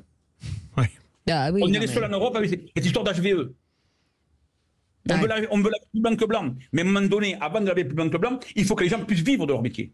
J'ai une question. Oui, monsieur. Est-ce que vous dites en fait que le gouvernement français fait du zèle par rapport à des normes qu'on pourrait moins appliquer ou ne pas appliquer ou alléger. Est-ce que les pays, parce que finalement les Espagnols, les Italiens sont soumis normalement aux mêmes règles que nous. Est-ce que nous c'est des normes nationales qui vont en plus des normes européennes qu'on impose. Est-ce que nous faisons du zèle? Il y a des directives et des règlements. Nous faisons du zèle par rapport à nos obligations vis-à-vis de l'Europe. Jean-François Lamassé, on fait beaucoup de zèle en France? Mais bien sûr. Je vais vous dire, sans aller bien loin, même encore, l'hiver dernier, je suis allé en Belgique, ils utilisent des produits que nous n'utilisons pas. On n'a plus le droit d'utiliser. Voilà. Vous prenez les Polonais, c'est pareil. Ils vous disent oui, mais ils font ce qu'ils veulent. La réponse. Et beaucoup de pays comme ça. Il n'y a qu'en France où on veut faire le lobby écologiste est beaucoup plus important que le reste. Et il y a une pression telle que. Jean-François Lamassé, ça veut dire quoi? Ça veut dire qu'on revient un an en arrière avec nos bottes de foin avec Gabriel Attal. Ça veut dire que c'est de nouveau dans la rue. Ça veut dire que vous allez remonter encore à Paris? Moi, je vais être franc avec vous. Je ne sais pas ce qui va se passer parce qu'il y a une colère telle. Moi, maintenant, je vois des gens qui, c'est plus des gamins. Avant, c'était vrai que c'était tous les jeunes qui étaient plus chauds que les anciens. Je vois, moi, des gars qui ont 50, 55 ans, qui ont 2, 3 enfants, et qui me disent comment on va finir l'année. Comment on va finir l'année? Comment on fait? Parce qu'à l'époque, il y avait du capital, mais je veux dire, au bout d'un moment, vous décapitalisez, mais on fait comment au bout d'un moment? Voilà. Et il y a une pression qui monte. Ils ont une chance, à l'heure actuelle, c'est que tout le monde n'a pas fini de moissonner, et que tout le monde est en train de préparer pour les semis de blé. Mais quand ça va être fini, je pense qu'on peut avoir grand-chose à perdre. Et je pense que chaque chaude crème l'eau froide. Voilà. L'an dernier, on a promis, on a eu. Je pense que ce coup-ci, tant qu'on n'aura pas, on ne partira pas. Merci beaucoup Jean-François Lamassé. Merci mille fois, administrateur de l'AGBP, qui est l'Association Générale des Producteurs de Blé Français et ancien président de la FDSEA 31. Merci beaucoup d'avoir été avec nous et vous savez que notre micro vous est ouvert quand vous voulez. Merci beaucoup Philippe, merci beaucoup Tom, merci beaucoup Lisa. Philippe David, on vous retrouve à 20h. Pour parler football, on va notamment parler de l'affaire Kylian Mbappé parce que il y a beaucoup de dossiers qui sont en train de sortir, avec notamment son avocate qui va parler au journal de TF1 de 20h. Absolument. Et dans un instant, une bonne nouvelle. On va vous parler du rebond des entrepreneurs. Et un peu de positif ne nous fera pas de mal. Allez, à tout de suite. Sud Radio. Parlons vrai. Sud Radio. Parlons vrai.